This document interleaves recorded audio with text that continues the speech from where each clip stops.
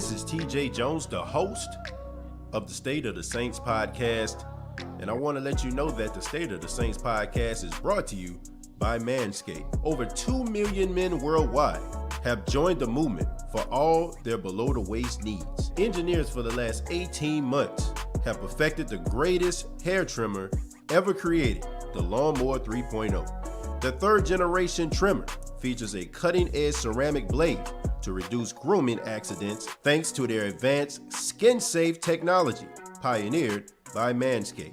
You can choose the Lawnmower 3.0 as well as other items by going to manscaped.com, and you can also save 20% by using the promo code StateOfSaints. That's manscaped.com. Use the promo code StateOfSaints and save 20% on the Lawnmower 3.0 as well as other Manscaped items. That's manscaped.com. Hey, what's going on, Who Dat Nation? It is yours truly, TJ Jones, the host of the State of the Saints podcast. Good morning to you.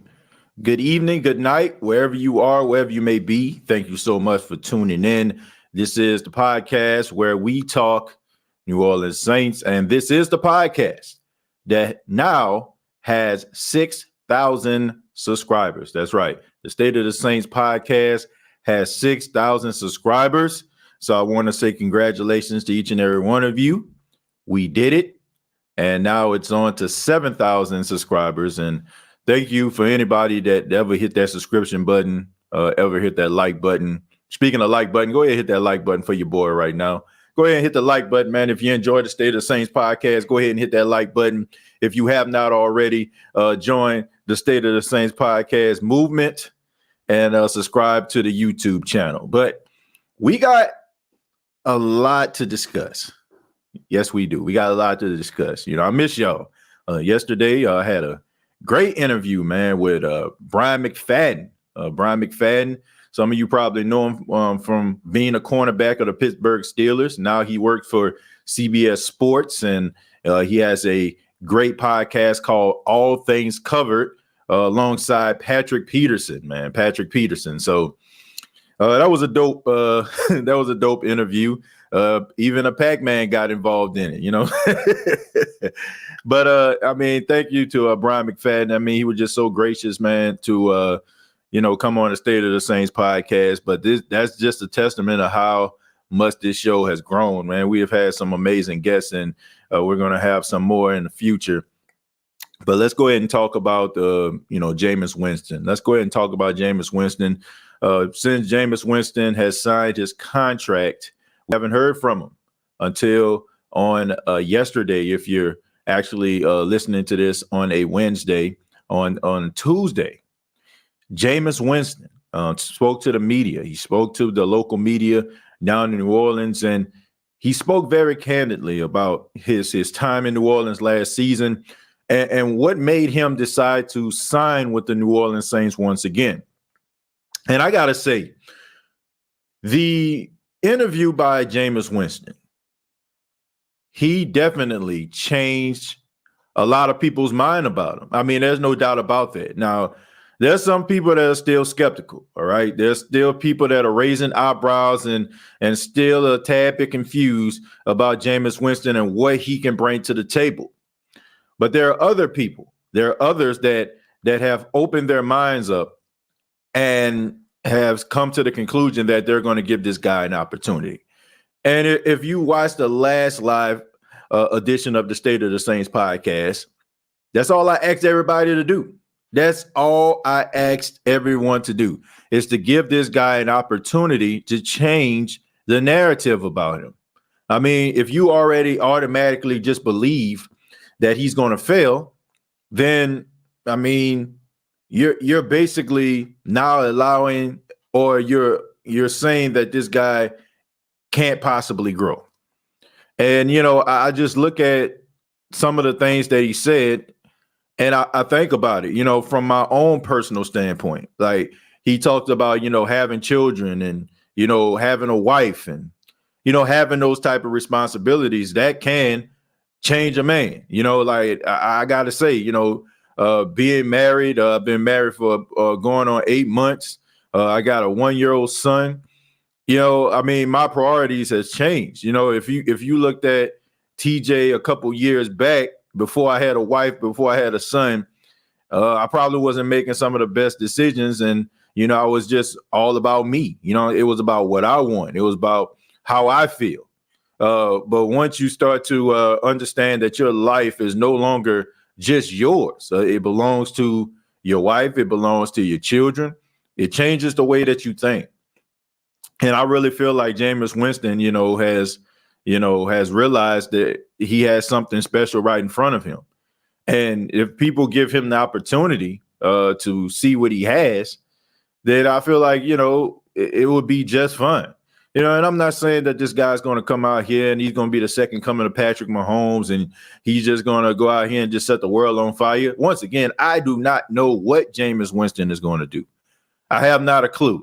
Look, I don't have a magic ball. I'm not Sway. I don't have all the answers. I'm not Miss Cleo. I'm not going to tell you to call me now for your free reading because I don't know what the heck going on. I just know that people deserve second chances. What will we be in life if people didn't give us a second chance? I'm just saying, some of us needed those second chances. Rather, it was relationships. Derek Jackson. Rather, it's a job, right? We mess up on a job, or whether it's somebody that we hurt. We wanted a second chance, and that person gave it to us in order for us to change the narrative, right? So I just say get a guy an opportunity, right? And let's just see where it goes. Now, I do feel that the New Orleans Saints still need to draft a quarterback. I still feel that way. I still feel like the New Orleans Saints need to draft another quarterback because, number one, you have two quarterbacks making about $12 to $14 million that you have on your team. So getting yourself a young quarterback through the draft can also, can save you some money, and also you can develop that guy.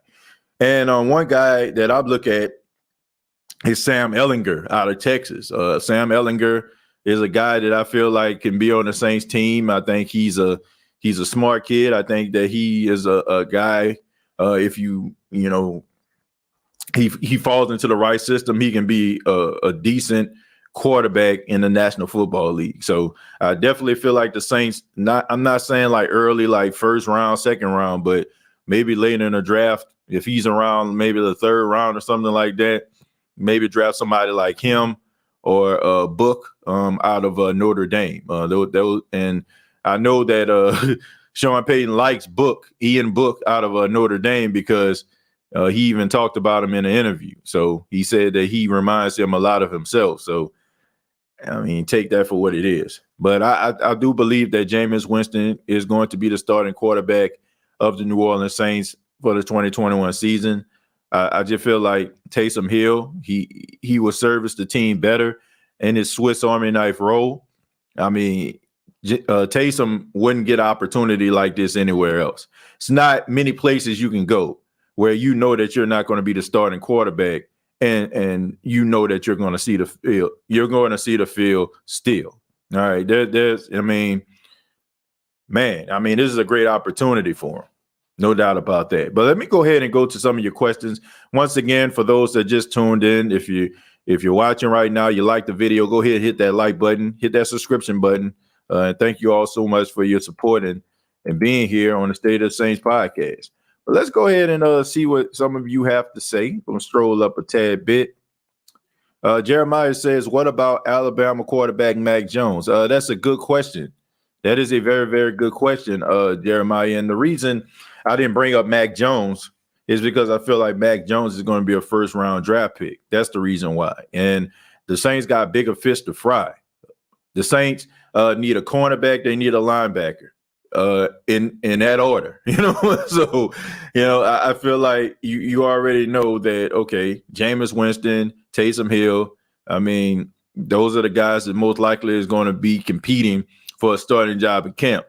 So you have to address the main priority as of right now, which is a cornerback. a cornerback is the what you need to address right now, and a linebacker. You need somebody that can be opposite of Demario Davis if you're not going to renegotiate a contract with Quan Alexander or get another linebacker to come in. You need yourself another young linebacker. So I feel like Mac Jones could be a good piece to the Saints puzzle, but I feel like the Saints need at other positions would prohibit them from getting Mac Jones. So it's not a knock on Mac Jones. There's no reason, of his own that I didn't select him. Just the simple fact that I don't think he'll be there when the Saints decide to maybe pull the trigger on drafting a quarterback. But Sam Ellinger, on the other hand, most likely will. Speaking of Will H. Edwards says people really fail to realize Drew Brees wasn't all that before he linked up with Sean Payton and the Saints. Hence, he was dropped and Eli and Rivers was drafted. Yeah, Will, that's a good point, Will. You know, I just think that some people, and this is crazy because in some ways this is very hypocritical. On one hand, we allowed Drew Brees to change the narrative of what people thought about him as just being a small, never going to amount to anything type quarterback, probably very serviceable, but never will be a part of the upper echelon of quarterbacks. He changed the narrative of that, and we allowed him to do so. But we can't do the same thing for Jameis Winston. You know, and that's a good point. You know, Eli Manning, Phillip Rivers, you know, they got drafted. Eli Manning got drafted to the Chargers. We all know the story. If you don't, some of you are probably too young to remember. But Eli Manning did not want to play for the Chargers. Phillip Rivers was drafted by the Giants, and the Giants and the Chargers end up switching draft picks. Phillip Rivers ended up going to the Chargers, and Eli Manning ended up going to the Giants, and the rest is history. But there's a reason why A.J. Smith, the GM at the time of the San Diego Chargers, wanted to get Phillip Rivers, is because Drew Brees wasn't the prototypical quarterback. He wasn't the guy with the big arm. He wasn't the guy that was over 6 feet. He wasn't the guy that he felt like would lead the Chargers to where they need to be. And for the most part, Drew Brees was not very good. I mean, he had maybe one good season where I think he went to the Pro Bowl, if I'm not mistaken. I think it may have been the same season where he got hurt in the last game of the season. But Drew Brees wasn't the Drew Brees that we knew today. See, we only remember the finished product, you know, and now we're comparing everything, anyone to Drew Brees now. But Drew Brees wasn't always like this. So the same way we allowed Drew Brees to come into the Saints organization, change our minds, change our hearts about him, I say let Jameis do the same thing. Josh says Saints are my least favorite team, but I'll never not root for Jameis. I think he's not in the right system to be his best self. He'll make y'all proud. Great podcast. See you next season. Go Bucks. Josh, thank you so much. And I understand, man, I wouldn't expect as a Bucks fan for you to be a Saints fan, but we're glad you're here, man. You know, there's a great NFC rivalry, you know, a lot of banter, but you know, it's always good to have fellow NFC South foes be a part of the show. But yeah, man, I mean, I think organizations matter. I think coaching matters. I think front office matters. And I think that we sometimes don't understand that. We look at a guy and we just think that they should be good no matter what the situation is. If they're good, they're good. No matter the coach, no matter the organization, no matter the coaching staff, this, that, and the third. But look, you can have all the talent in the world, all right? But if you don't have somebody to coach it out of you, you're not going to utilize this. You're not going to be able to see the field all the time. You know what I'm saying? Like, there are going to be times where you're going to have to sit down and have to learn from someone else. Somebody else probably be able to see the field a little bit better than you. You can teach them. They can be taught certain things. And I just feel like when you go to a bad organization that is badly ran, and I understand that the Bucks are the Super Bowl champions, but They weren't a good organization. I mean, he was the first pick overall for a reason. They were not a very good football team. And most likely, when you do have a first pick overall, it's new coaches, there's new front office. So it's new coaches trying to set the tone. It's organizations trying to figure things out. So the New Orleans Saints have a very stable organization, and Sean Payton is a guy that's not going to require Jameis Winston to do something that's, outside of his comfort zone. Sean Payton doesn't work like that. That's the thing that really frustrates us as Saints fans, that Sean Payton doesn't come out of his comfort zone when it comes to certain players. If guys are burners, he's going to put them in a game so they can run those 9 routes, which is a streak route, which is the route where you just run down the field as fast as you can, get behind the defense, and it's bombs away. The quarterback just throws you the ball, right? If you do that well, he's going to put you in that position. If you're a elusive wide receiver, he's going to have you out there on some screen plays. If you're a guy that's a possession receiver, when it comes to third down, he's going to make sure that the quarterback delivers you the ball on 3rd and 2, or 3rd and 4, 3rd and 5. So Sean Payton is not going to require Jameis to do anything outside of his comfort zone. He's going to take what Jameis does best, and he's going to build a package around him in order to make Jameis comfortable. And that's the difference between a good ran organization versus an organization that's still trying to figure it out, like what he went to back in 2015. Some people think that the Saints will have the number 1 pick and will fall off a cliff. What are your thoughts about this? People being crazy. I think that's pretty much how your name describes it. People being crazy if they think that the New Orleans Saints won't be a good football team. I just, once again, that's that narrative, right? It's hard for us to shake narratives when we have been told, and people have been told, that Sean Payton and Drew Brees run this organization, and without them, this organization is nothing. All of a sudden, that starts to become the narrative. And no matter what moves the team makes, no matter what direction it goes in, people are going to say, well, Drew Brees, Sean Payton, right? The defense gets better. Drew Brees, Sean Payton. You got a good running game. Drew Brees, Sean Payton. Offensive line, one of the best in the league. Drew Brees, Sean Payton. And then all of a sudden it gets stuck in your head, and now it's like Drew Brees is gone. Well, that's one piece of the puzzle that's gone. So now you're going to fail. But that's not how it worked. I think they've been building for years for life post Drew Brees. And, you got leadership in the locker room. You got young players. You got veteran players. I think the Saints will be just fine. I think the only people that's really concerned and don't think that they're going to do anything are people that don't follow the team, which I understand. If the Saints are not your favorite team, you're most likely are just going to listen to what the national media tells you, or whatever team that you root for, you're going to be focused mostly on them. Shanzi says, with Jameis, I think we will still be a top team. Well, yeah, I do too. I really do. Look, Jameis Winston is going to throw interceptions, all right? It's not like he just going to go out there and throw 2 interceptions. Like, he going to throw interceptions.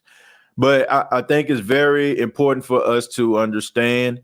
It is very important for us to know that Drew Brees, for a long time, threw a huge number of interceptions. Like, he threw like 15, 16 interceptions in a season. And I think sometimes we forget that because the last 4 years he's been in single digits. But when Drew Brees was like moving into his prime, he was throwing a huge number of interceptions as well. So I just think that as long as he don't throw 30 interceptions, he can cut them in half, maybe like 14 or 15. I think the Saints should be fine. Eli didn't want to be in the same conference as Peyton. Yeah, I heard that, but man, I look, I like the Manners. We all know they like the first family in New Orleans almost, but Come on, man. Like, you can't just come into the National Football League trying to change the rules, you know? I remember the 2004 draft with Eli and Phillip Rivers. Yeah, me too, man. I remember that draft. You know, that was weird. Dang, Chargers lost 2 quarterbacks that went to other teams and won a Super Bowl. That's gotta hurt. Right? Yeah, that is true when you think about it, because he had Eli, he won 2. They lost Brees, he had 1. So that's 3 Super Bowls that they could have possibly had right there. Busco Game says, hey, TJ, how you doing? Hey, how you doing, man? Alvin says Tom Brady was failing in the same system in Tampa until Tom changed the coach mind. Yeah, throwing 3-4 picks a game. Short paid will make sure Winston is ready. I watched Drew grow from me here in San Diego until he went to the Saints. Big transformation. Yeah, Alvin. Bruce Arians' offense was causing Tom Brady to look old, and have people out there questioning, like, does he still have it?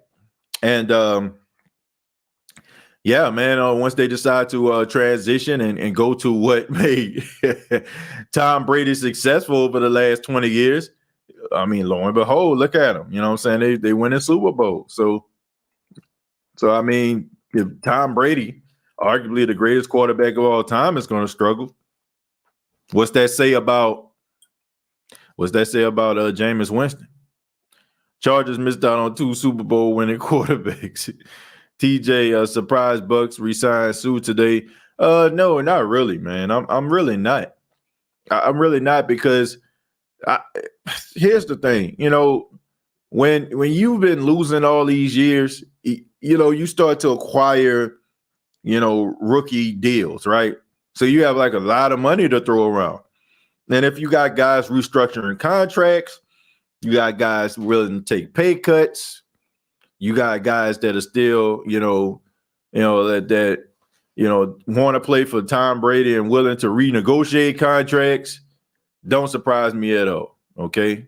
But like I said this on numerous occasions. Now you are the hunted. Okay. You were the hunter. Now you are the hunted. You know what I'm saying? Now you got every team coming at you.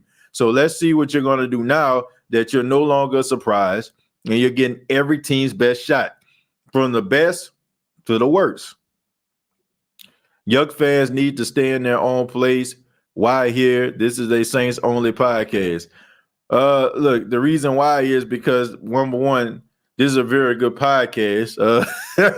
Number two, it's very few podcasts that are going to read, the comments, say the least, comments that don't relate to the topic at hand. Like, being here, you're going to hear your comments, rather you're a Saints fan, a Bucks fan, a Panthers fan, a Falcon fan, a Chargers fan, a Seahawk fan, what have you. So, it comes with the territory, having a really good podcast. And I'm patting myself on the back with this because, and I think you all should pat yourself on the back too, because we built something special here. And, Jerry, you should attest to this, man. You've been in, you were in that final, that starting 4, I should say, or the starting 5, how far this podcast has come. So this is honestly, this is us, benefiting from something that we built together. So you're going to have people coming in, and enjoying the experience.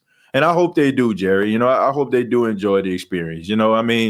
I want to make a safe environment where people can, talk noise and, say my team is better. And you know what I'm saying? And it goes no further than that. You know what I'm saying? You ain't got to be out here hating somebody and talking down about them. We can keep it strictly on sports, and, people can talk about their team and we can do vice versa. So, honestly, that's a reflection of what we built here. So, in ways I understand it's frustrating, but in other ways, I think we should be extremely proud at what we built here together as Saints fans. TJ's hair, thank you very much for the $2. Says, enjoy me now. You won't see me again for a while. Yeah, that's true, man. Thank you very much for the $2. Yeah, man, I ain't had no hat on today, man. I decided to not wear a hat, so y'all know normally I have my Saints hats on or whatever hat, but I mean that's just me, but you know, this was a good day outside. Didn't really, feel like I needed a hat on today. But the hat will return. Herman says refs definitely got a bounty out on the Saints not winning another chip. The refs been tripping for 5 playoffs at least. I give them 4. Harmon, I think I say 4. I won't say 5. The Saints definitely shot themselves in the foot last season. Last couple, okay, you can make some arguments, a play or two, but they shot themselves in the foot this time around. Let's see Harmon again. Harmon says, let's just hope whoever the quarterback for the Saints, it can get the best out of AK because he's the life of the offense and we need 2019 Mike T back. Yeah, I think Mike T for the most part kind of saved himself for the season. And look, I understand that because this guy understands that his livelihood is his health. You know what I'm saying? Like that keeps him in the National Football League. That's, what I'm saying? His health is his livelihood. That's the way that he's going to be able to take care of himself. That's the way he's going to cash in, so I get why he decided to shut it down. And I understand why he didn't want to just go full throttle because he could have did that and could have cost himself to be out even longer. So I understand that. But I do think that the Saints, if everybody stays healthy, which most likely it won't happen because it's the NFL, but if they can keep the team intact for the most part, I think they should be okay. All right, unless they just completely self-destruct. Luke says, I honestly think things are looking up for this team. Yeah, I do too. And it's the thing, change is inevitable, Who Dat Nation. It is. Like we're so afraid of the change that's taking place because we never seen success or long-term success outside of Drew Brees. So all of a sudden, like any decision the Saints make, if we start seeing players getting lost, going to other teams, we're wondering to ourselves, like, what we gonna do? What we gonna do? And we start to like basically reminisce about the times where this team wasn't very good. And we think about, man, I don't want to go back to the dark ages of Saints football, but I just think that we have the right coaching staff in place to be able to lead this team to the next generation. There's a lot of good coaches on the staff. There's a lot of good players on the staff, and I think we need to give these guys credit instead of us just expecting the worst. I think we need to do the opposite and expect the best. And, if they don't pan out, understand like this is a developmental process, like you got to make sure that you have the right guys coming in. The only difference is this time around is like, okay, we don't know, but we didn't know a couple of years ago back in 2017 when Alvin Kamara, Marshawn Lattimore, Marcus Williams, and Trey Hendrickson, all of them came over. We didn't know. The Saints just so happened to hit it out of the park. But if you look at it, that was a transition. That was a transition. The only difference is that it worked out for them. If it didn't, trust and believe, we wouldn't be in this position or feel this way about this team right now.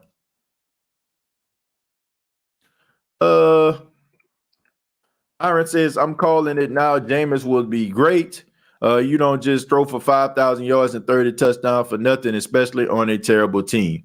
Yeah, that's true. I don't know about, I think he'll have a solid season. Facts. And if Brees don't throw 3 interceptions on our goal line, yeah, basically, they shot themselves in the foot. Saints versus Bucks week 1 matchup. Should be. TJ, I was nervous about Jameis, but after yesterday's interview, I feel different in a good way. Yeah, that's the thing. Like it's almost like, I know some people aren't into politics. I understand that. Trust me. I understand why. But if we are like invested in politics, right? We want that person that is running a candidate to come up there and try to convince us why we should vote for them. And sometimes, they are successful at doing so. Sometimes not so successful. With Jameis, there were a lot of unanswered questions, about him. And I feel like this interview kind of helped people to be okay with him possibly being a starting quarterback. Now, I was listening to Matt Moscona on yesterday, and he said, man, Jameis Winston, he can be feeding people BS. You know what I'm saying? Like he can just be saying all the right things, shaking hands, kissing babies or what have you. We would hope to think and like to think that that's not the case, but we don't know, man. But I'm willing to give this guy an opportunity. I'm willing to give him an opportunity. One of the reasons Drew threw for 15 interceptions early in his career is because he was throwing the ball 50 times a game. Now we have a running game that can run a balanced offense. Jameis. Yeah, I mean, look, Drew Brees been throwing about 50 plus times his whole entire life. And I remember we was at Purdue. I remember one time Drew Brees threw the ball like 65, 70 times in one game. So Drew Brees know a little something about throwing the football all over the place.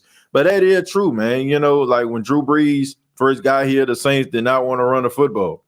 They wanted to throw it all over the place. And, when you're putting the ball in the air so many times, of course, it is going to be susceptible to getting picked off.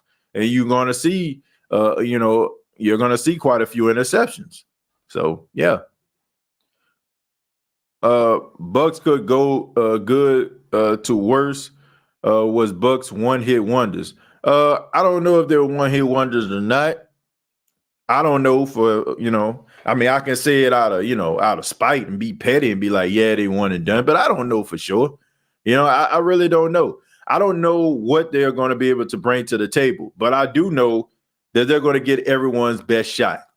They're going to get everyone's best shot, and they got to be prepared.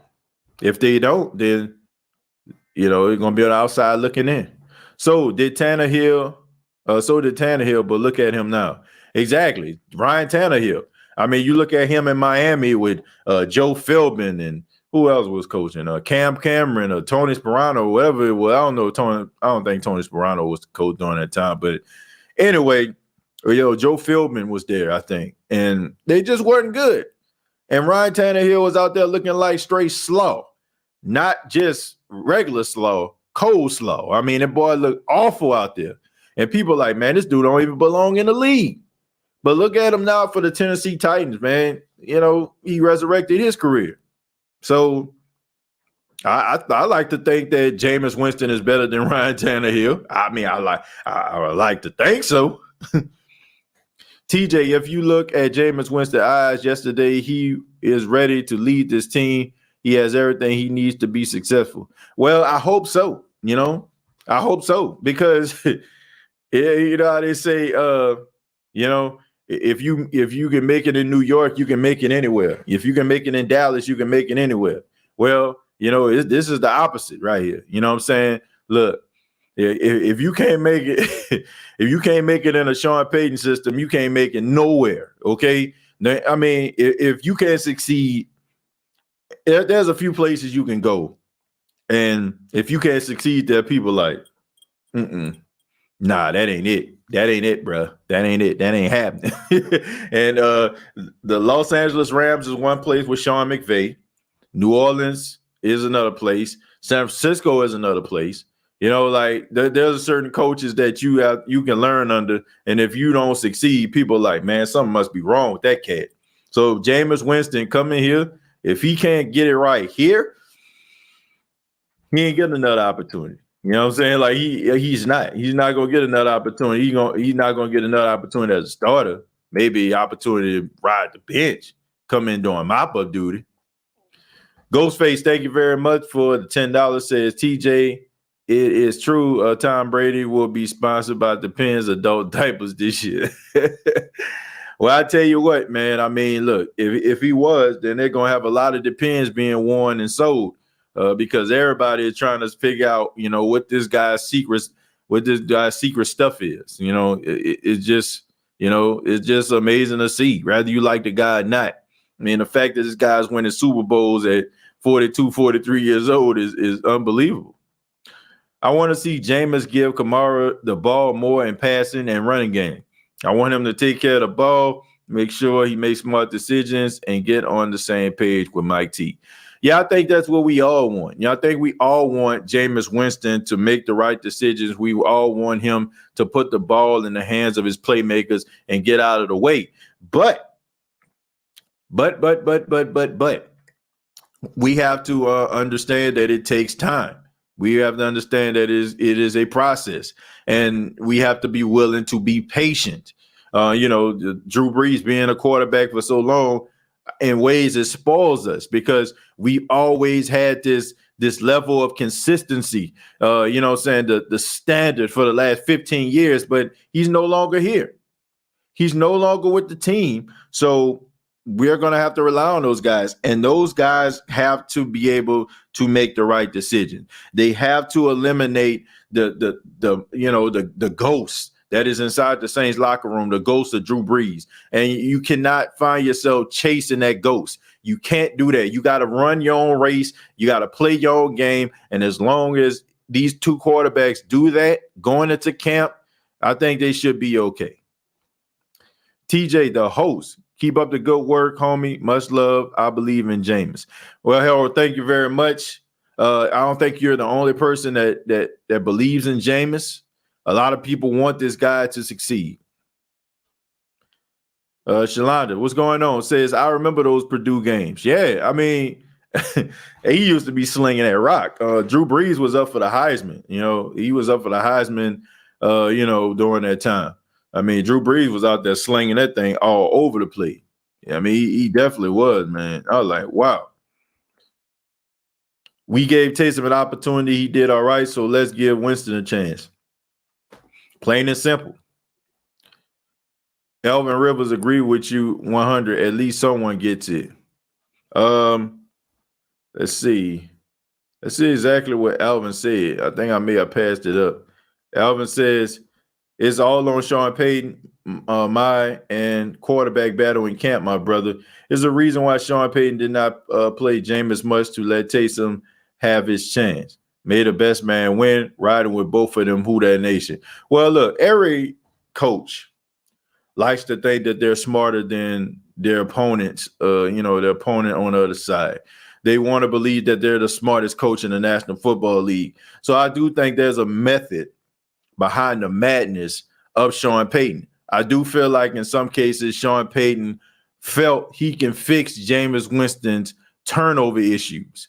And maybe he didn't want to go out there and give Jameis Winston a constant package. You know what I'm saying? Where he can come into the game and show like all this great improvement. And then all of a sudden, teams are trying to pillage and pilfer him away from the Saints organization. So I do feel like that was something that was very, very important to Sean Payton to not allow Jameis Winston to be on full display. I do feel like he was probably watching him in Tampa, probably knew what his issues were, and probably brought him in just in that reason alone, because he's like, hey, if I can fix this guy, we can have something special when Drew retires. So that's just the way I feel.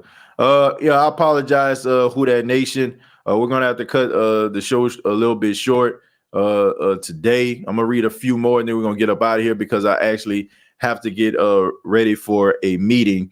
But before we move on, I want to let everybody know that the State of the Saints podcast you by Manscaped. Look, if you haven't ordered any Manscaped products right now, what are you waiting for? Okay, you get 20% off of your purchase by using the promo code State of Saints. And as you all know, the month of March is March Madness. Okay, March Madness, this tournament season, take care of your hair and hose with the best tools for the job. We're talking about the sponsor of the State of the Saints podcast, Manscaped, the global leader and male grooming from head to toe.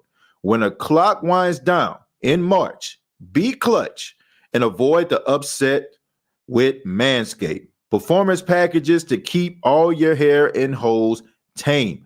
Manscaped is trusted by over 2 million men worldwide. So join the Manscaped movement and start taking care of your male grooming products and get these products. I mean, they're great. The product that I recommend is the Lawnmower 3.0. It's a water-resistant hair trimmer. Once again, you save 20% by using the promo code State of Saints. And if you're out of the country, you're listening in the UK, shouts out to all of the listeners and viewers of the State of Saints podcast across the pond. There's free international shipping for you. So join the Manscaped movement of manscaped.com, the official sponsor of the State of the Saints podcast. Man, look, thank you to Manscaped, man, for trusting in me, to advertise for their products. And I stand by it, man. I wouldn't be telling y'all something I don't use, I'm not wired like that. Now, some people would just tell you, oh man, it's like Dave Chappelle said, they'll be trying to promote Coke and Pepsi, like I can't do that, man, but their products are great. Let's go ahead and move on. Alvin says exactly just like they took Teddy. Great job, my brother. Yeah, man. Teddy got paid, and now it looks like Carolina is going to move on from Teddy Bridgewater. Wow, incredible. I think Sean Payton is laughing at the Bucs because they trashed a quarterback with elite talent and they signed him for $1 million. Now, with a little better coaching, he can be an MVP candidate. Jason, I mean, that's true, but it remains to be seen. Look, I will say this. The best way that you can show that you care is by transforming yourself, right? It's almost like being, I like to use relationship stuff because I feel like it's relatable. We're all in relationships, rather it's interpersonal relationship, actual relationships, married, looking, but it's almost like, man, when you're in a relationship, it takes, it takes two people to make a relationship work, right? You know what I'm saying? Like one person, can't just be given more than the other. You know what I'm saying? It has to work together. You know what I'm saying? In order for it to work. You know what I'm saying? And, it is also about doing, the little things, you know what I'm saying, to prove that you're committed to this relationship. With Jameis Winston has proved that he's committed to his football relationship.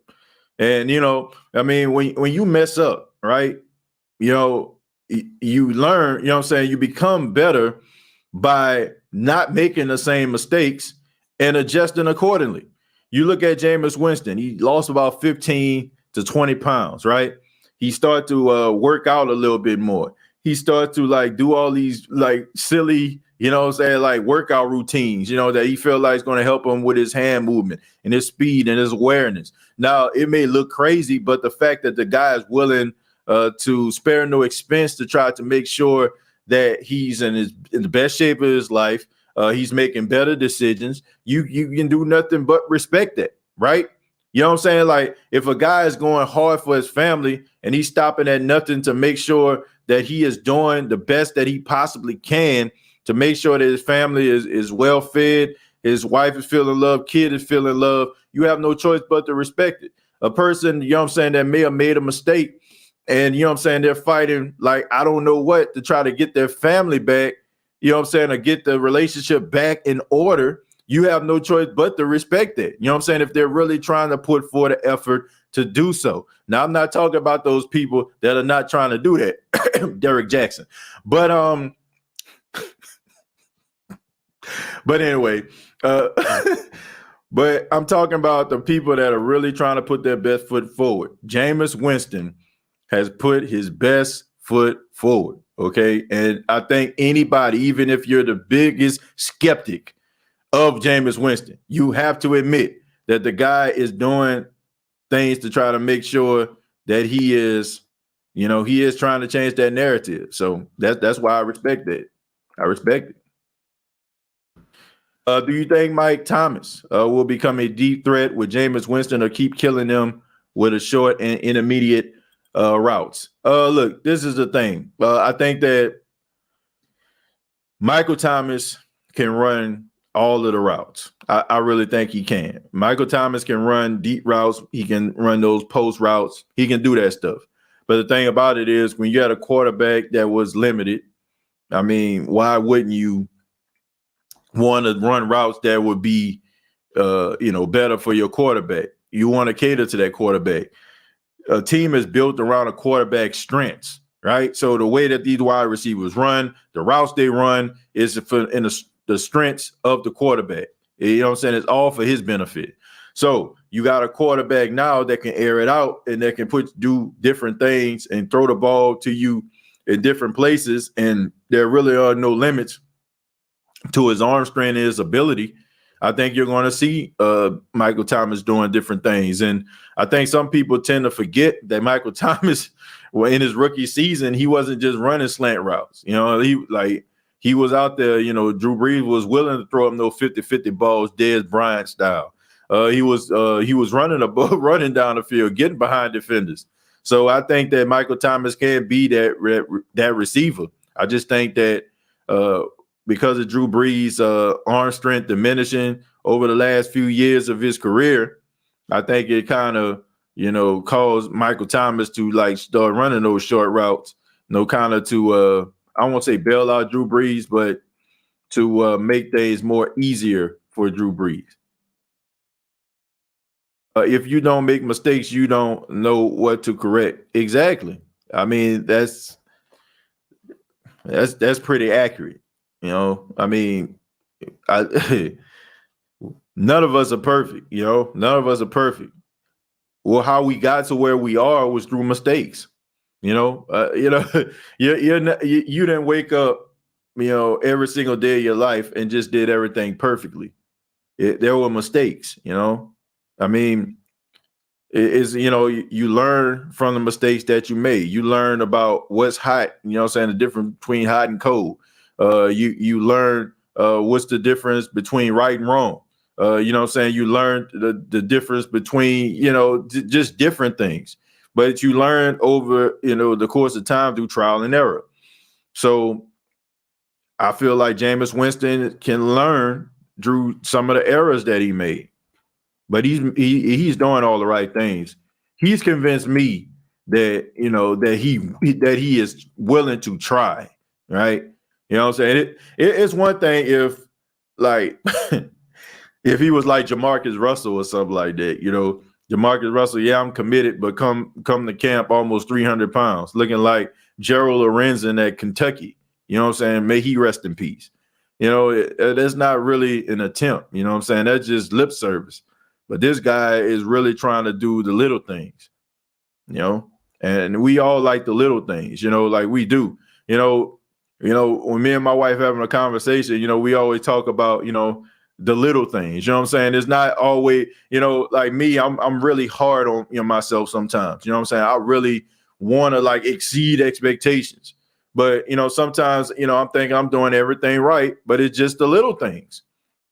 It's the little things that you're not aware of, that can cause issues, right? Jameis Winston has all of the tools to be successful, but it's the things like, being careless with the football, right? Thinking that you can thread the needle when you got a wide open guy in a flat, you know what I'm saying? You got to be willing to fight another day, So if he does that, if he focuses on the little things, he should be fine. Kind of concerned about the tight end position. We have Troutman with talent and potential, but it's in the air what he can do, and we have no depth. What do you think, TJ? I do think that we have a depth issue at the tight end position, but I do think that the Saints are kind of waiting till after the draft because here's the thing, right? You have free agency for the next couple weeks, and then teams start to kind of taper down, and they're like, okay, let's transition to the draft. once you transition to the draft, teams feel like, oh, well, you know what I'm saying, we're going to see what we can roll with these positions. And then you start to see kind of, you know, a little bit of a tapering off period. Or, you know what I'm saying, like, or it might pick up a little bit after the draft if you don't have an opportunity to draft a certain player. But I do think that the Saints have an opportunity to possibly go until, you know, into the draft, maybe draft someone.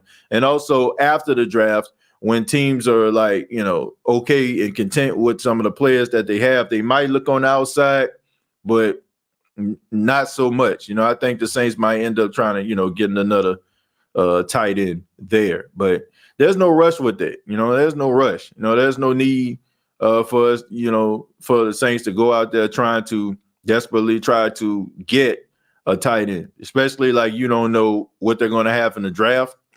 And also you don't know who's going to be available post draft. So I just say wait. But I think they're going to address that. No doubt about it.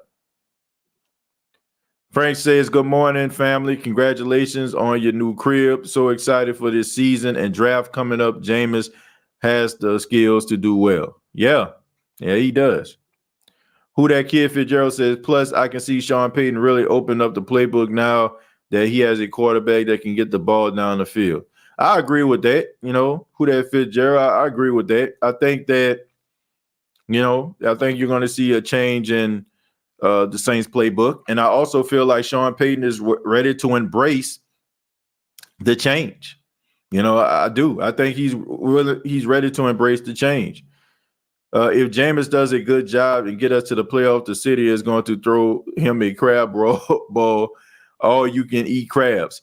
I mean, look, I already said it. I still find it.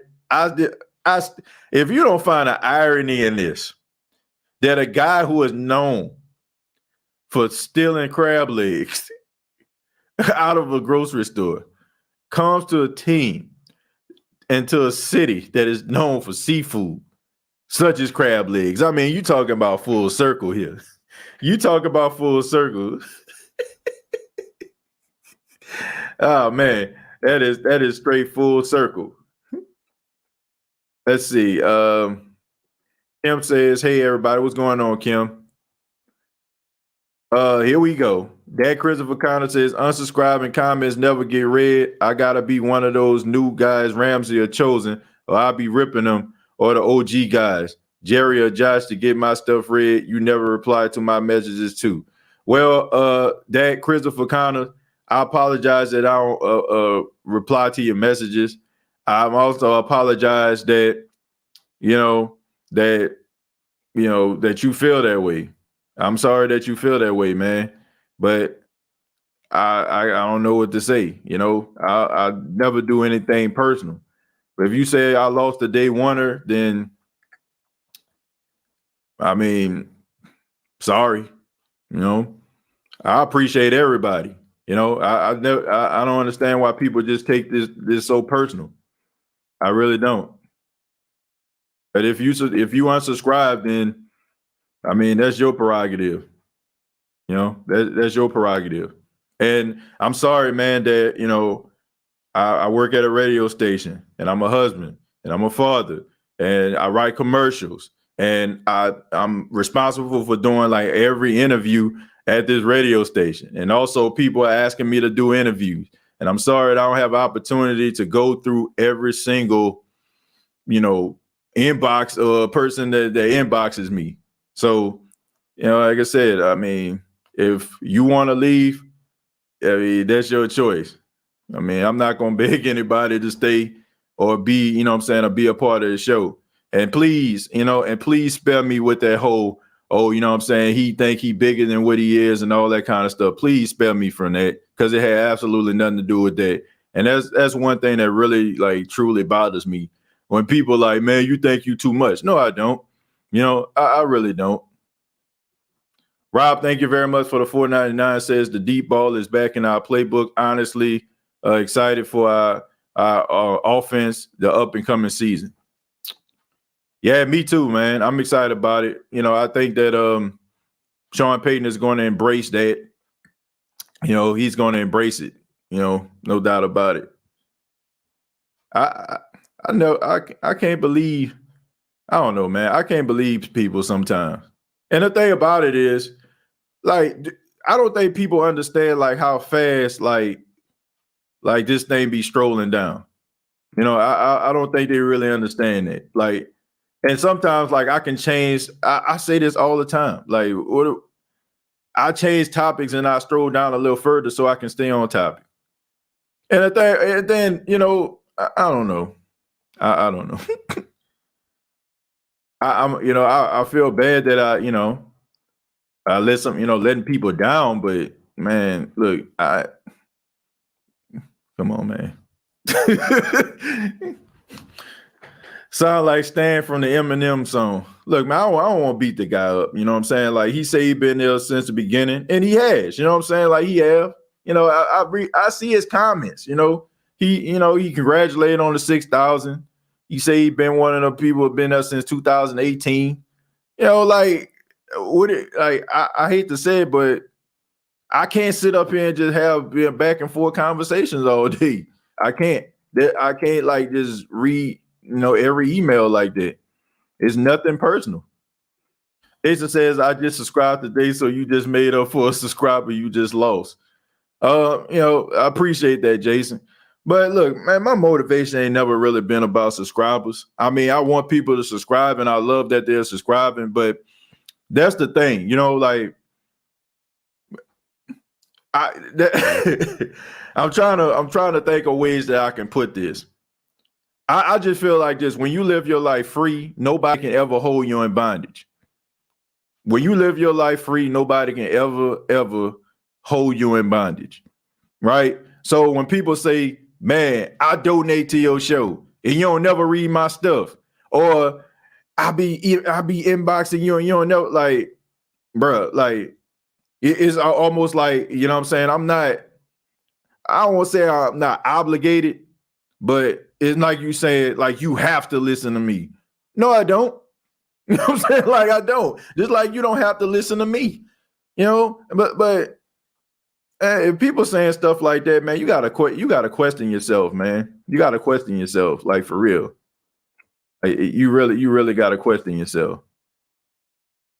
I mean, you got your comment read then, so I hope it was, I hope you figure it out, man. I hope we don't lose you. You know what I'm saying? I ain't gonna beg you to stay, but I hope we don't lose you. I don't think you get that serious, brother. I'm not beating him up. I mean, you got life too. I'm just stating facts. I know, I understand. I said, I just don't, I don't want to go at dude like that. I am being nice, King of Latin. I wrote the truth. Let's see. Y'all remember the last quarterback to wear number 2. Let's hope Jameis isn't average. Much love to the podcast. Well, we definitely don't want no Aaron Brooks. Maybe he need to go on Derrick Jackson.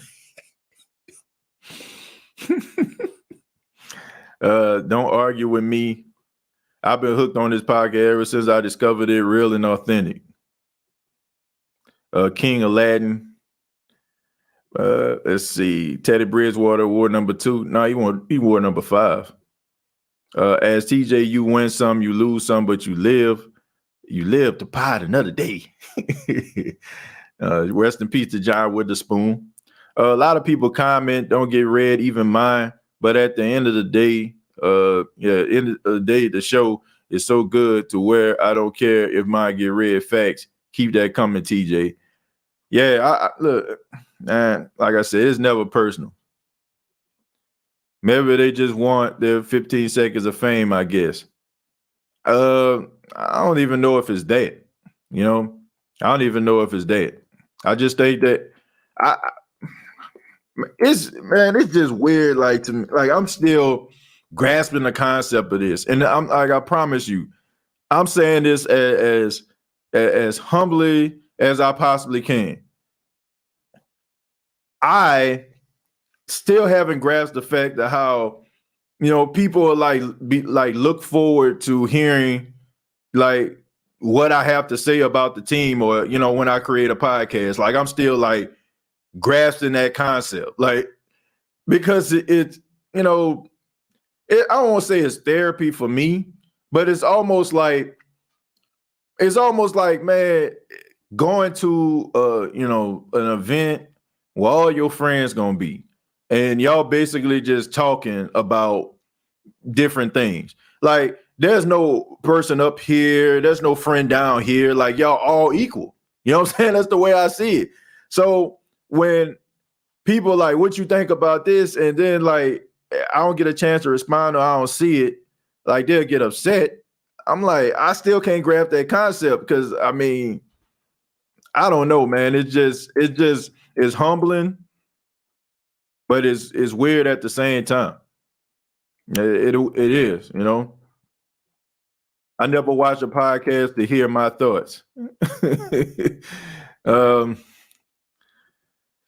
Panthers are better than the Saints. Keep believing that. Aaron Brooks was horribly inconsistent. Loved him and disliked him. Yeah, basically, man.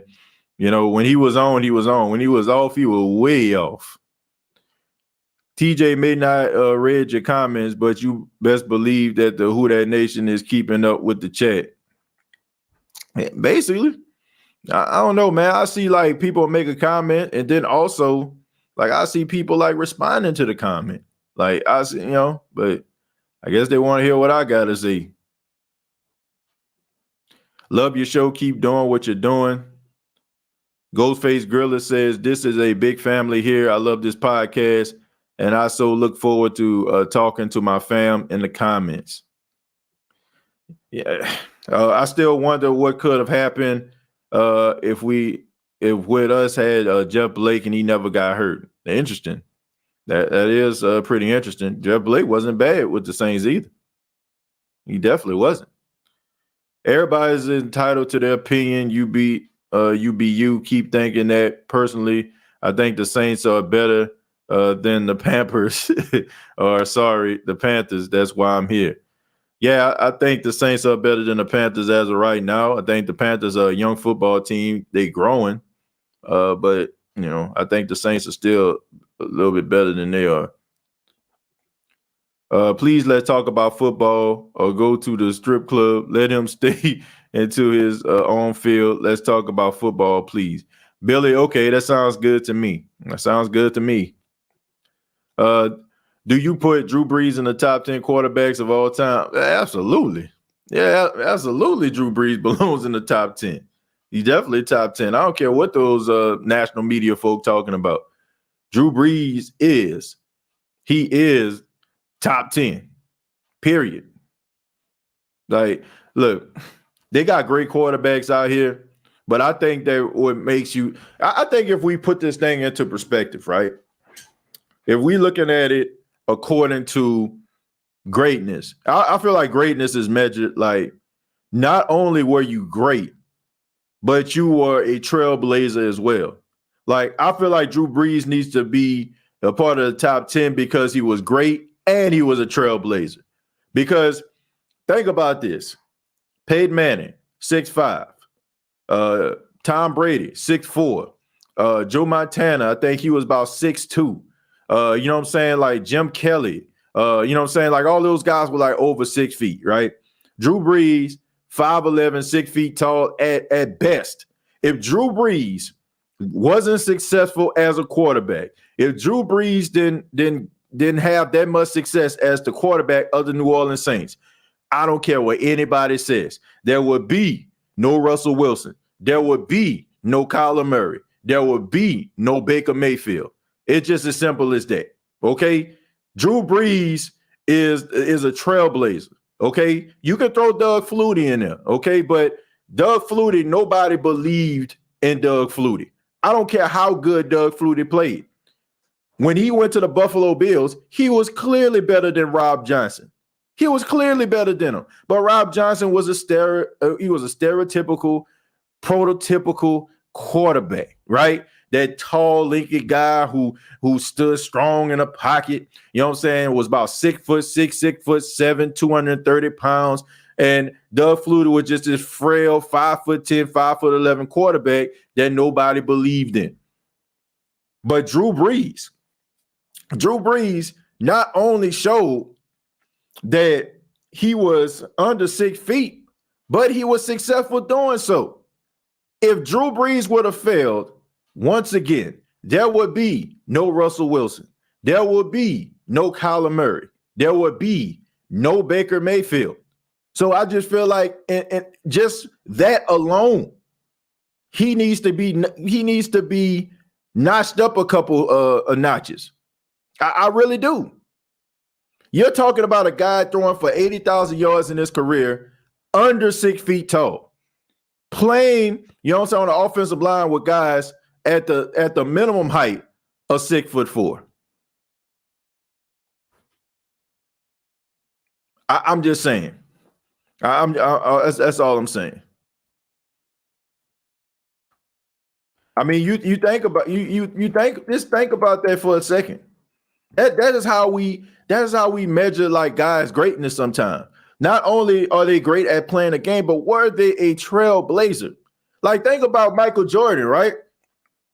We say Michael Jordan was the greatest basketball player of all time, right? Because of how clutch he was. But it didn't stop at that.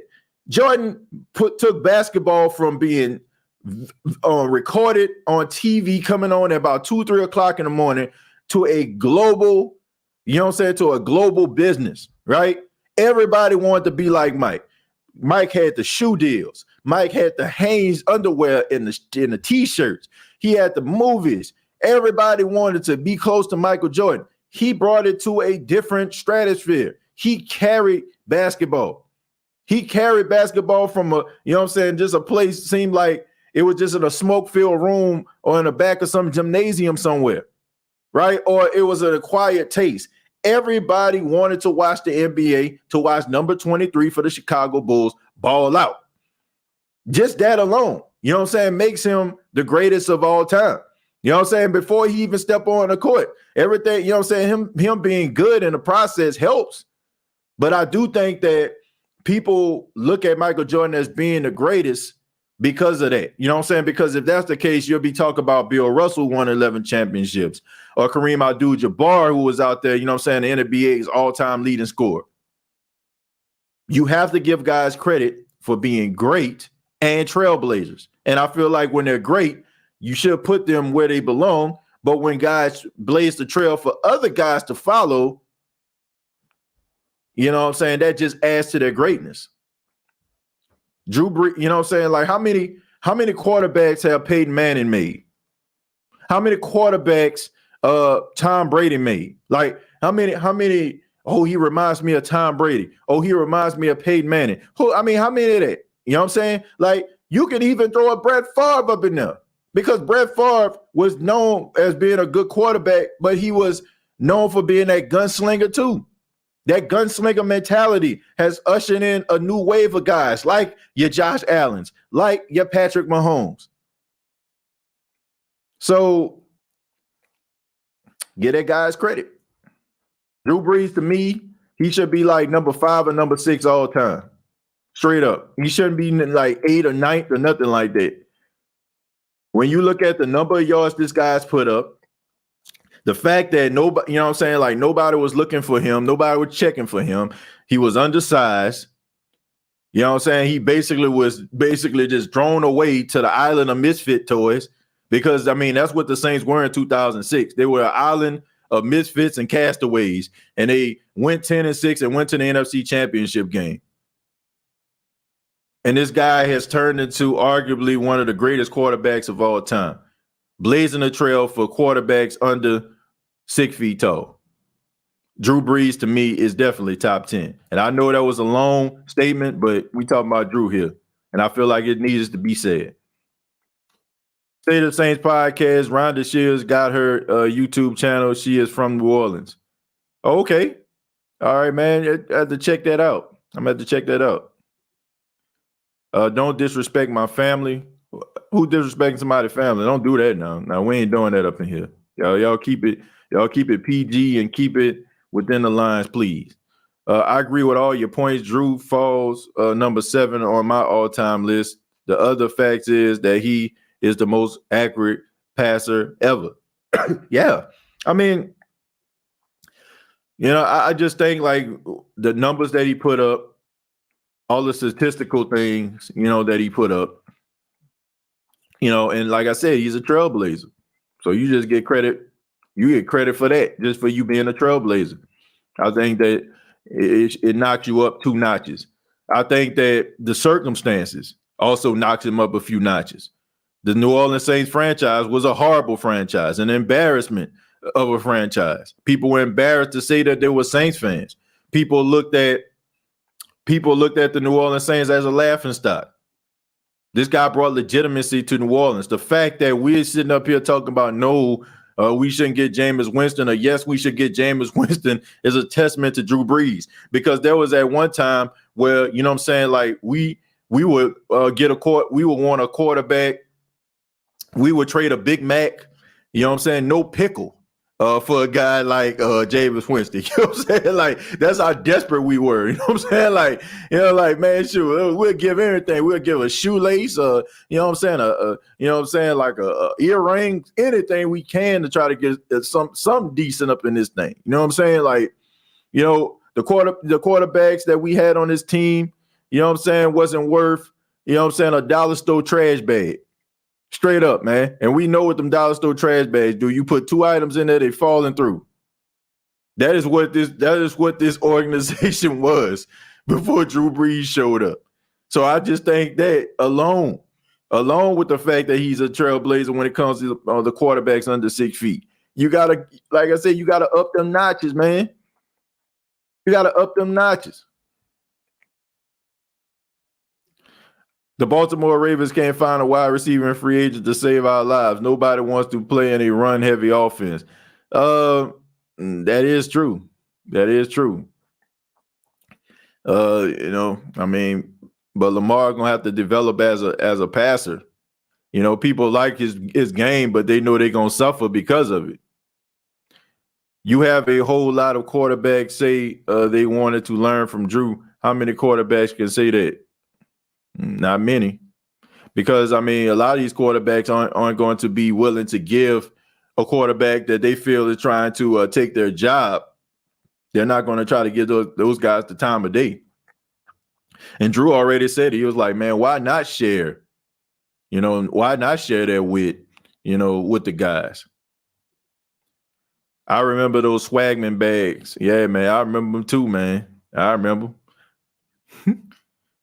And I also remember him carrying them over the Galvez Bridge, because we didn't have a car at the time. They weren't, I would just remember them for football purposes. Keenan Latin said, I disagree. I don't know. I guess they're having a conversation. I'll call the newspaper and let them know. Everyone hating on Winston. He will surprise people. He be like Tannehill in the Titans. Well, I hope so. I think we all hope so.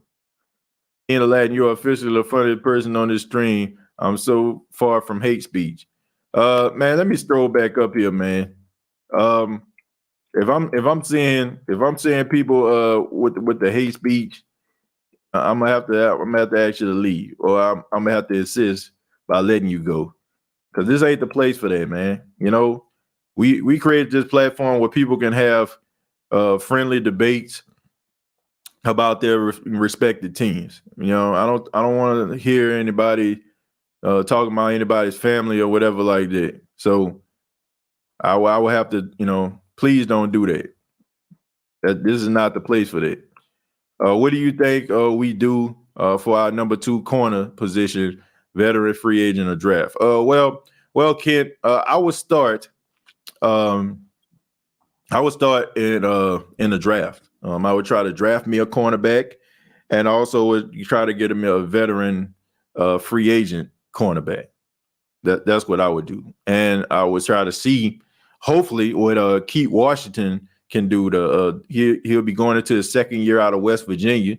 So he had a pretty decent camp last season, but I just think, due to COVID, and lack of playing time and OTAs and minicamp, I think that he kind of just had like a little bit of a red shirt year.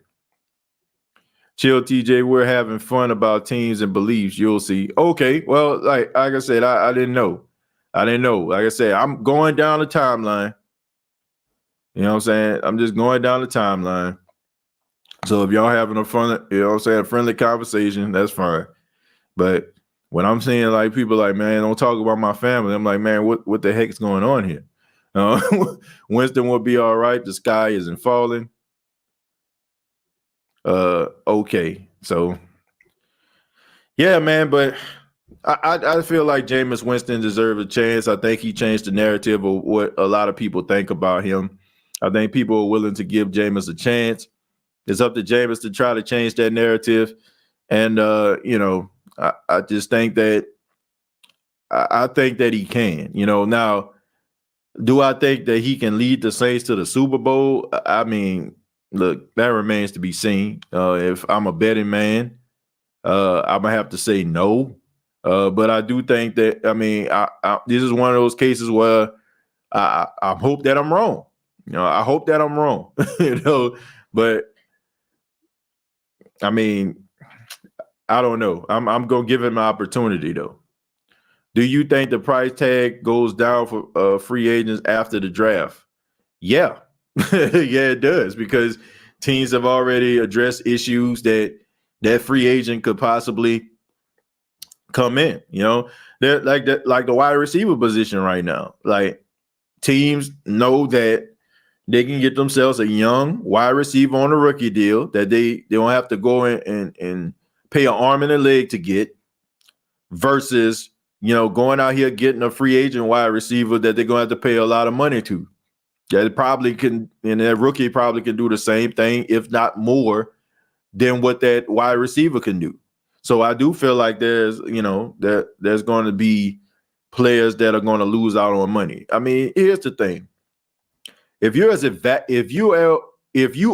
valuable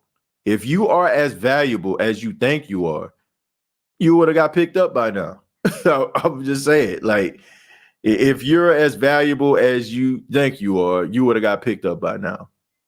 If you won a first dare or a second dare or within the first 3 days, teams don't really look at you the way that you probably look at yourself.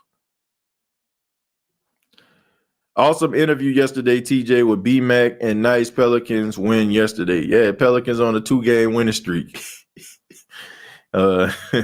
Beat the Lakers with no AD and no LeBron, but a win is a win, right? We don't care.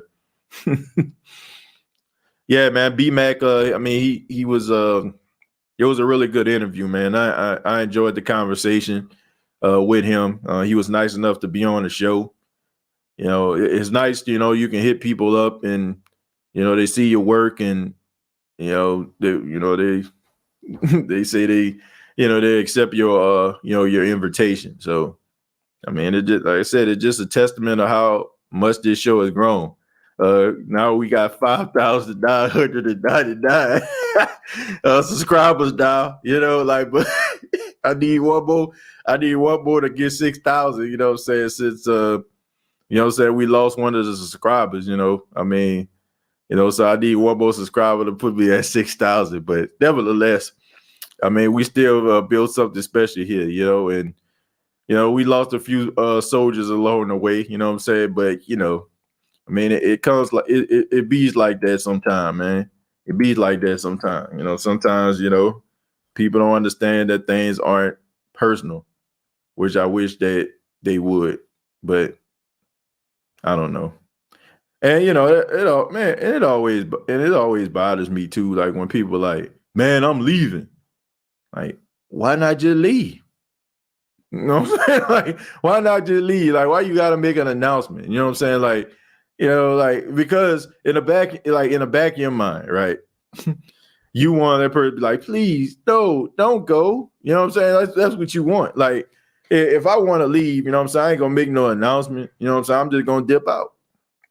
I'm not going to say, you know what I'm saying? I'm not going to be like, I'm about to go. I want to let everybody know that I'm out of here. I look, don't try to change my mind now, but try to change my mind. But I'm gone. Like, just leave. Bobby Abel next interview. And I'm gonna try to work on it. I'm pretty sure I can make that happen. Get Drew on. He has to know who you are by now. You know how hard that is to do, Josh. First off, Drew Brees representation. They his publicists and stuff like that. It's kind of hard to get. So if you're not part of really like the local media and stuff like that, it's kind of hard to get them. But I mean, I take that back. I've written to the Saints organization, but during the time, they couldn't do like outside interviews. They only can do like NFL Network and ESPN type interviews. That was told to me by their media department, because there was a couple guys I wanted to interview, and I understand, man, who is this guy? Because it was like at the beginning when I first started really doing interviews. Because we have to understand, like we started doing interviews like August of 2020. Like that's when we started. Like that's where like I really started doing interviews. First interview was with Mario Edwards. Former Saint, now he plays with the Bears. And after that, that's when we started to get interviews. So when I started to reach out to the Saints organization, I had to keep in mind that was like during the beginning when I first like started to do interviews. But like the more interviews you do now, more people realize, oh man, okay, that's legit. Because I'm pretty sure anybody that I reach out to, they're gonna go and check what I'm doing out. Right. And when you start seeing like credible people on there, they're like, okay, that's something I want to be on. And the reason why I'm so proud of it is because every person that has ever been on the State of the Saints podcast as a guest, I didn't have to pay them to be on the show. I didn't have to, like give them anything. They were just nice enough to give their time. So everybody that, that's been on this show, I reached out to, and they were nice enough to do so. Did you see how quick Deshaun Watson stock dropped? Yeah, I saw that. Man, I got my opinions on that, but I'll just leave that alone. I leave it alone. I think. Look, if you follow me personally, you know how I feel, and I see a couple of people in the chat that follow me personally. You know how I feel, and I'm gonna just leave it at that. Bobby Abel would be sweet. I'm pretty sure I can get him on the show. I'm pretty cool with T-Bob. You know what I'm saying? Like, you know what I'm saying? Also Mark Menard, who works at WWL, and Christian Garrett. And y'all know Mike Detillier has been on here a few times. You know what I'm saying? Him and Bobby Abel are really good friends. So hopefully we can make that happen, man. Like, if somebody sees this, man, we're extending an invitation to the Cajun Cannon, Bobby Bear, here on the State of the Saints podcast.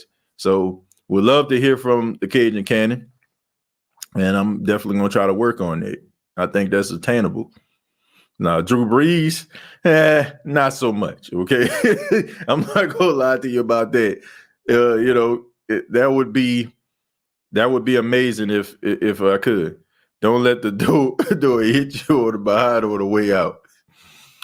That would be cool if you can get Drew on, wouldn't it? Man. I wouldn't say that would be like, if I get Drew on here, that'd be the last interview I would ever have to do. I disagree with that. Drew Brees is not my dream interview. My dream interview is Dan Rather. I've been trying to interview Dan Rather for months now. Like, I've been constantly like reaching out to him. I've been trying to find out who his agent is, because Dan Rather is one of the main reasons. So he's in that top 5 of why I decided to do broadcasting. And and Dan Rather, this guy's a walking, talking history book. He's almost in his 90s, if he's not in his 90s, and unfortunately we don't know how long he's gonna still be here. It would hurt, like, honestly, if something was to happen to Dan Rather and I never had the opportunity to interview him, that would hurt. TJ, have you ever had messages from any players you like and been starstruck? No. You know what I'm saying? I'm not even just saying that either. No. Here's the thing, man. I don't get starstruck, you know, and the reason why is because anytime when I was younger, when I seen like celebrities, they always left like a bad taste in my mouth. Like I told that story about me meeting wrestler Rob Van Dam and how big of a fan I was and how that experience wasn't good. So I don't really get starstruck by people anymore. You know, like when they come on the show, I'm excited that they're there. I used to be nervous when I used to do interviews. Now I'm not. I think real talk, the last interview I was really nervous about was probably Steve Weiss. After that, it was like, I don't really get nervous anymore. So I don't know, man. I just look at celebrities. I mean, they're just people just like you and me. I mean, they just do an extraordinary job, you know, and they deserve the respect and then, you know, they deserve the adulation and stuff like that. But I mean, they're people like you and me, you know. I don't feel like they should, you know, walk around, disrespect people. You know, so I think that, you know, I think what makes them, you know, a true star in my eyes is the way that they treat people. You can tell the way a person really truly is the way that they treat just the everyday person, you know? So that's the way I feel about it. We know what it is, homie. I mean, look, shouts out to Chosen, a part of the famous four that he named. Jerry, who you name? Jerry, Chosen, Josh. Look, those are my guys, man. Those are my guys right there. So look, look, look, man, I'm sorry. You know what I'm saying? I'm sorry. That man called them out, though. That man said, Chosen, Josh. I don't know if you, I mean, come on, man.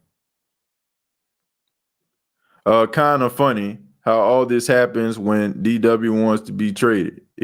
Well, I'll leave that on the screen for a few minutes so everybody can see what Ghostface just said. All right, that's all. That's all I'm gonna say. He's legendary. Yeah, man. Dan Rather, I come on your show, but you have to agree to discuss my farts. Look, man, we'll discuss anything you want to discuss if Dan Rather come on the show. I really would. Great show, TJ. Thanks, Jerry. I appreciate that. Cherry said Rob Van Dam. Yeah, man, Rob Van Dam. I met him in Newark, New Jersey at the JFK airport, and it was a very bad experience, and I wish, in the words of Carl Thomas, I wish I never met him. Chosen famous for what happened. Well, apparently, what was that? Dak Connor. You know, he commented and said that he unsubscribed to the show. He said he been a day oneer, and he got upset because he said I never read his stuff. He said I never respond to his inboxes, and he said if your name isn't Chosen, Josh, Jerry, then you know you don't get any type of recognition. Which and then he just said that he's leaving. So congratulations, Chosen. You part of that famous four. What's your favorite Saints team of all time? 2018 Saints, the one that went to the NFC Championship game, got screwed out of the Super Bowl. As always, enjoy your podcast. I got to get back to teaching. All right, Shalonda, take it easy. Shouts out to Shalonda, man. Man, Shalonda, go back. That's my JSU buddy right there. You know what I'm saying? Sitting on the yard at 2 o'clock in the morning, chopping it up with my frat brother, Jameis G. You know what I'm saying? My boy, Mike Walls. My homeboy, Kevin. You know what I'm saying? My boy, Chris Lucky. Like, shoot, the girl I was dating at the time. You know what I'm saying? And shouts out to Yoshi as well, man. That was the crew right there. Homie finna make a stand about you. Well, look, you're always the worst person in the world when you don't read people's responses. You know what I'm saying? Like you're always like the worst person in the world. You know what I'm saying? I don't tie my worth onto what people that don't really know me think about me like that. I mean, I've heard it before, you know what I'm saying? Like, I mean, there's this guy, you know what I'm saying, that just constantly like comes into a comment and create like these like YouTube pages just to tell me that I steal content from Deuce Winham. Like, like I'm nothing like Deuce Winham, and Deuce Winham is nothing like me. But that happens, like when you create something that people feel that makes other people happy, and and give people like, what I'm saying, like something they can smile about and something to think about. People look at you as an enemy for some apparent reason. I don't know if it's something they may want to do, something that they may, what I'm saying, aspire to be. But, I mean, I can't help that, man, And I'm not saying like I'm better than anybody, because I don't feel that way at all. And I think that's one of the main reasons why, like I said, I just don't understand it. I met Drew McIntyre, and dude was cool. Yeah. Now I heard he was a really nice guy. Dear TJ, I left messages, but you still ain't calling. Yeah, I mean, look, man, bruh, if y'all knew how busy, what I'm saying, I am on a consistent basis. Like, and I'm not, like I said, I ain't trying to make excuses, man. Like I'm not, I'm really not. But I'll just leave it at that. The Josh me. There's a couple. They talking about you, Josh. D Josh and Jesus. You know they talking about you. Buccaneer fans are trying so hard to become rivals with us. Who's going to tell them that we only hate the Falcons? Yucks fans need to stop trying to create a rivalry. Yeah, I think they trying to do that. They feel like they here now. TJ, what's your zodiac? I'm a Leo. Jerry Poor Jr. Telling them to shut up. I be ripping them, says you usually read my comments, but you pretend you can see them all of a sudden when it's time to ask your guests about their farts. You're playing both sides, homie. Look, I already told you this. And I already told you this, I'll be ripping them.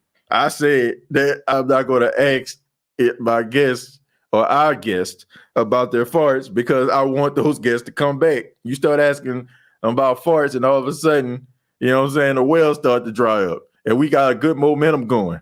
So one bad question, like, saying, how's my farts? I don't think they're going to want to hear that. It's hilarious here, and we all enjoy your flatulence, commentary and rhetoric, of course. But some fans, some people that we interview may not understand that, and they may think we borderline crazy. So, no. Are they really not having combines this year? No, they're not. That's why you have a lot more pro days this season. Jameis should take a page from both Drew and TB12 about working out with his receivers in the offseason to develop that chemistry. I'm pretty sure they will. Do you think it's fair to judge Jameis off this season alone, successful or not? Or do we need at least 2 or 3? Look, Chosen, I think that we need to see something that we haven't seen in a while. Like we need to see some changes in his play. That's what we need to see. That's what we need to see. We need to see. We don't need to see a huge uptick in interceptions. We need to see some level of change from Jameis. Man, that's crazy. I come here for the convo, not for him to read my comments. Yeah, I mean, but people want to, they want their voice to be heard. I get it. Like I get it, man. Like I completely understand it. I completely understand it. And like I said, I feel awful. I feel awful like when people are like, man, you don't never read my comments. I'm like, I don't know, man. I think I pretty much know the regulars. Like, I'm serious. Like, I think I pretty much know the regular people who come on this show all the time. And I can tell like who's a person who I haven't seen before. Like, I don't care if like you put a comment down once, didn't come back and maybe put a comment up a week or a month later. I'm gonna remember it. I don't know why. But if, what I'm saying, if I ain't never seen you before, what I'm saying, like I would know it. So I think I have a clear understanding of that.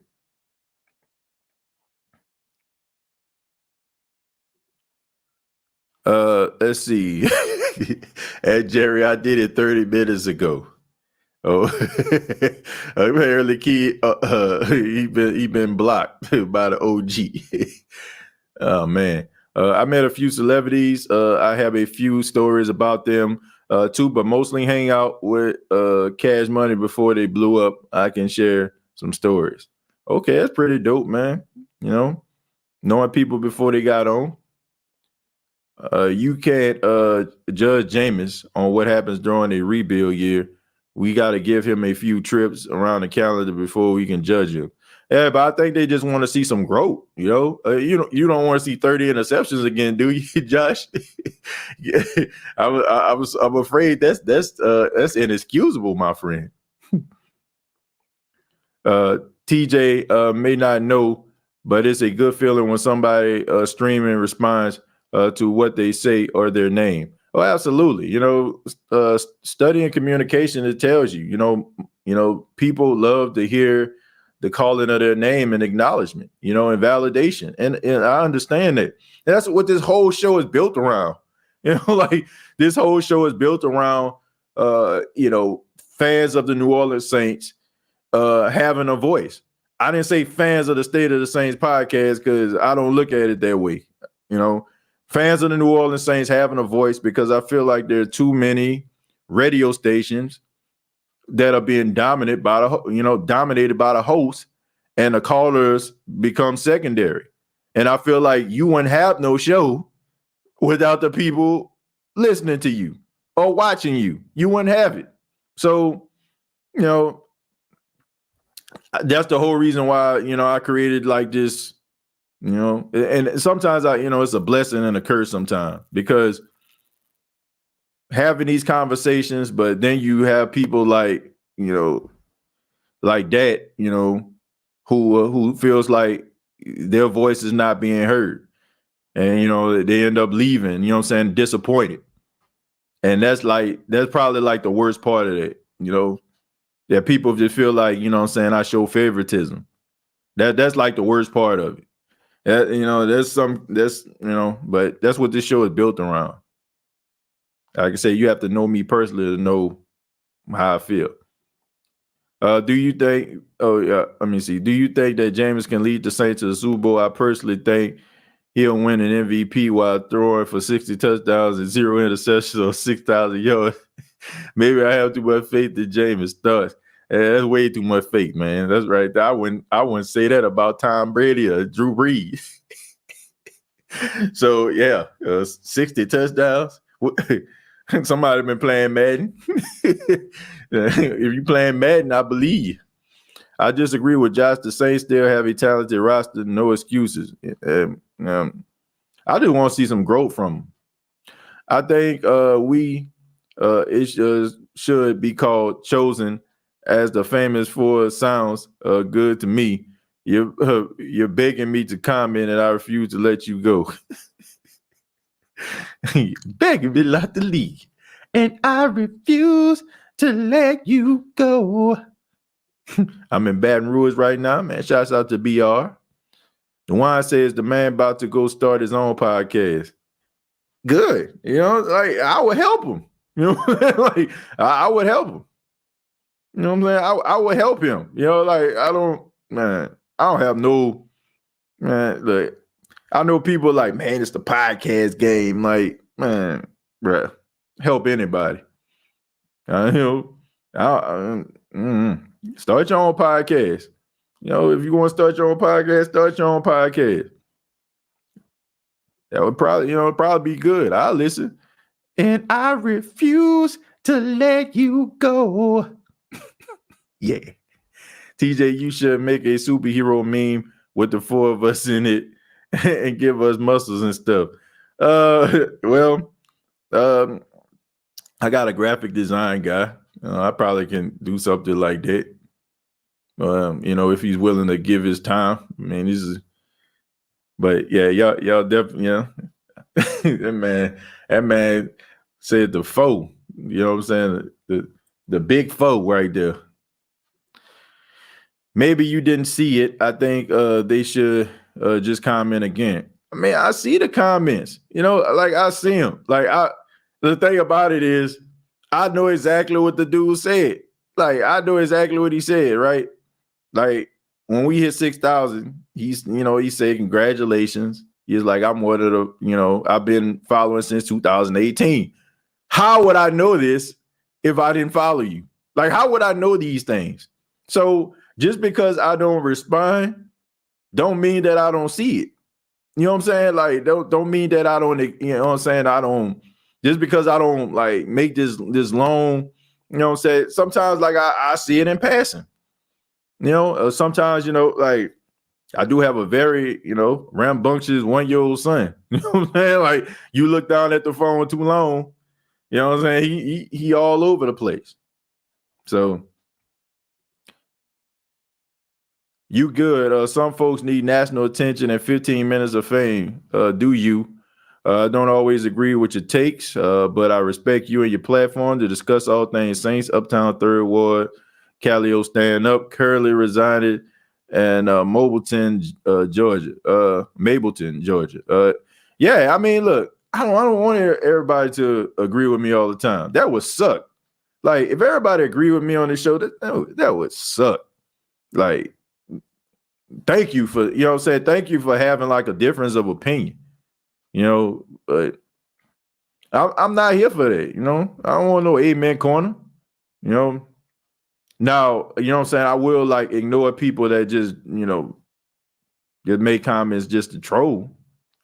I feel like they be trying to get a rise out of me, and I'm trying to work on that. I need to get better at it, but working on it. Maybe me, Jerry, and Chosen should start a street game. We claim the French Quarter. Papa was a rolling stone. Boom, boom, boom, boom, boom. Wherever he laid his head was his home. And when he died, I do too. People being crazy. Yeah, man, this is funny, man. Like, I don't know, man. I just I don't know. I don't know what to say. Like, I don't know what to say. Like,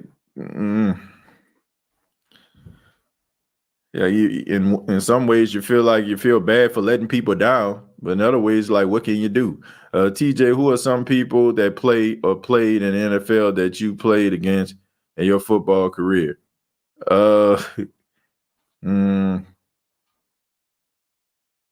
Remember Mike Wallace, Keenan Lewis, because they went to Old Perry Walker.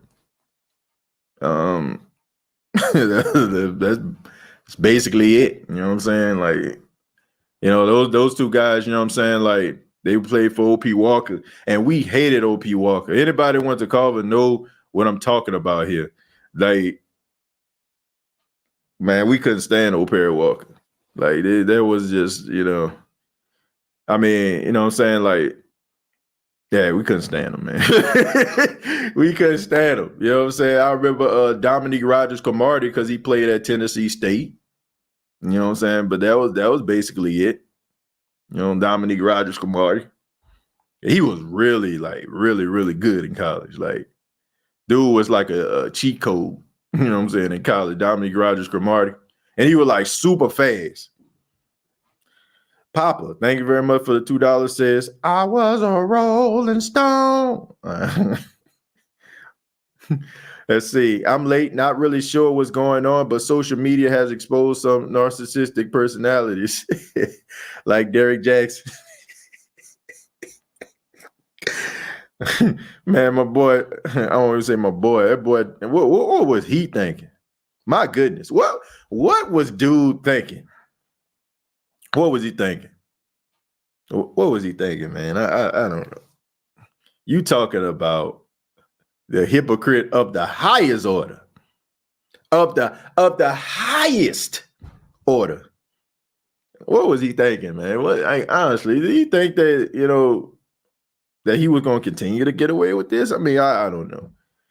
And, I was talking to my wife, and I told her, and some of you, I'll probably lose you know what I'm saying? But it's towards the end of the show, man. So it's rapid fire right now. But anyway, I was telling my wife, I'm like, do you think that we would hear these things if this dude didn't get caught up? You know what I'm saying? Like, do you think we would hear about these things? It's almost like if somebody like y'all know what I used to do before I was doing. Well, some of you do. Before I was working at the radio station, I was a store manager. You know, and I worked at a retail store. Every now and then you'll have somebody that come in and try to shoplift, right? And we would catch them. You know, and it is one time I caught this girl shoplifting. She took like a bunch of fake eyelashes and fake nails and stuff like that. We brought her like to the back, you know, in our little stock room area. And like, man, she broke down. I'm so sorry. I'm so sorry. I'm so sorry. I'm like, no, you're not. You know what I'm saying? like you ain't sorry. You sorry you got caught. You know what I'm saying? You sorry that we saw you for being a thief and stealing inside the store. If I wouldn't have caught you, would you have got to the front of the store, stop, and turn around and say, you know what, this ain't right? No. You're only sorry because you got caught. This dude, Derek Jackson, only sorry because he got caught.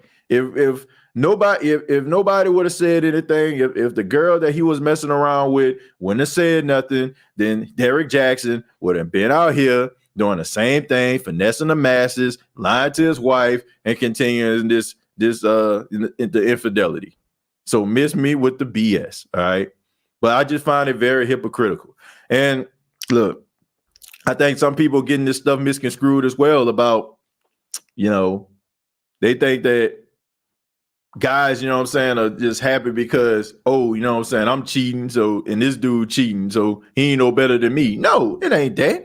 People are just happy that a fraud got exposed. Like, y'all understand, like, money was involved, people time was involved, all this relationship advice and holding your man or your woman to this high regard. You know what I'm saying? Like, and this dude giving you all this advice and he not living by what he preach. So, bad business.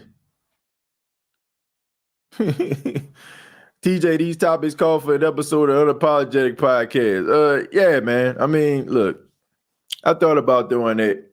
I think that it would be absolutely funny. Look, this is what because the State of the Saints is, my primary podcast. I probably like do a series of podcasts like for Unapologetic, like put them out like 5 or 6 at a time from time to time. But this definitely, a topic that I would, want to talk about. Some of y'all know what I'm talking about. Some of y'all like, man, who the heck is Derek Jackson? You have to look it up. But it's a pretty hot topic right now going around social media. I'm excited to see what Jameis Winston can do, and he will have a resurgence like Ryan Tannehill with the Titans. Yeah, I hope so. I hope so. TJ, maybe we need a 10-minute segment with me, Josh, Jerry, and them as the famous four on the show. Look, y'all basically get segments. You know what I'm saying? Anytime I open up the phone lines, y'all call. Like, sure, y'all on Sunday afternoons after the games, like y'all are the, y'all the top ones that normally call, and give the tape. So y'all already y'all staples in this show, as well as everybody else, man, like that comes in. But I just find it fun, like I just find it crazy, like he just signaled y'all out like that and just made it seem like I only read y'all stuff. TJ gave me a spanking. I'm still red from that. TJ shoplifted TJ card. That shoplifted TJ card. Thank you very much for the $2. Nah, I ain't giving no spankings, man. No, but I just got the stuff back. But that's what people do, though, man. They sorry they got caught. They're not sorry at the circumstance. If nobody would have knew what was going on, and he would have came on a camera and said, you know what, y'all, I just have a confession to make, I would have respected him more. I'd be like, okay, man, you know what I'm saying? Dude slipped up this, that, and third, but man, the girl, you know what I'm saying, you was lied to. She had to come out here and expose you, man. That's finesse at the highest degree. Dripping in finesse. Bruno Mars type stuff. Shoot, finesser. But I just hope everybody just understands and learns from this situation. That there's no such thing as a perfect relationship, and nobody can give you perfect advice. Not even me. You know what I'm saying? As much as I try to give like good takes on the show, I'm not gonna be right about everything, and I'm okay with that. I think people just be looking and trying to find people to fix their lives. You gotta live your own life, man. Like we talked about this when it came to Jameis Winston earlier. You got to learn from your mistakes and adjust accordingly. Right? You know what I'm saying? There's no book that can tell you these things. There's no method that can tell you things because everybody's different. You know what I'm saying? Like, chosen, you know what I'm saying, the way, you know what I'm saying, what this girl may think is different from the way my wife may think. You know what I'm saying? Like, there's different ways that you probably have to approach different situations based on your relationship. So somebody be like, well, you need to do this, that, and the third, but it might not work in that relationship, in that relationship realm. So learn from your mistakes and adjust accordingly. It's just as simple as that. All these relationship specialists and stuff like that to me is nothing but just a bunch of people with, theories. It's theories. It's no different than what we do right here. The Saints make a move and we give our opinion about it. Don't mean we're right. Don't mean we're wrong. We're just giving our opinion about it. So I don't know. Live your life, man. Live for you. And this the last one. Inevitable says, hopefully the same thing happens with Jameis that happens with Tannehill. New team, more productivity. Yeah, hopefully.